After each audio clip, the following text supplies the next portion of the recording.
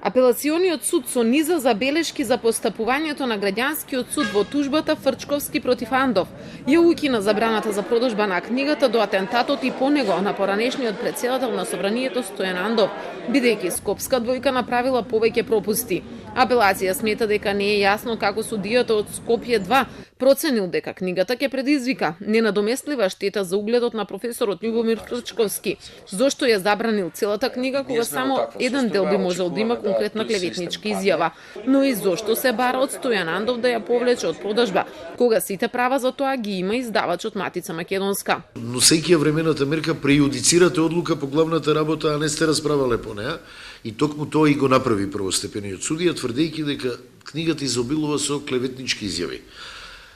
Такво нешто е недозволиво и не е ни професионално, не е ни честно, а ни праведно. Инаку основниот суд Скопје 2 изрече времена мерка по тужбата на Фрчковски, кој тврдеше дека во книгата се имплицира негова вмешаност во атентатот на Киро Глигоров и поради повреда на неговите лични права. Фрчковски бара одговорност за клевета и надомесна нематеријална штета, но сега апелациониот суд укажува и на тоа дека Скопска двојка не ценела дали е запазен рокот од 90 денови за поднесување на тужбата, бидејќи книгата излегла во продажба на 13 ноември 2018, а тужбата е поднесена на 18 февруари следната година. Времената мерка мора да се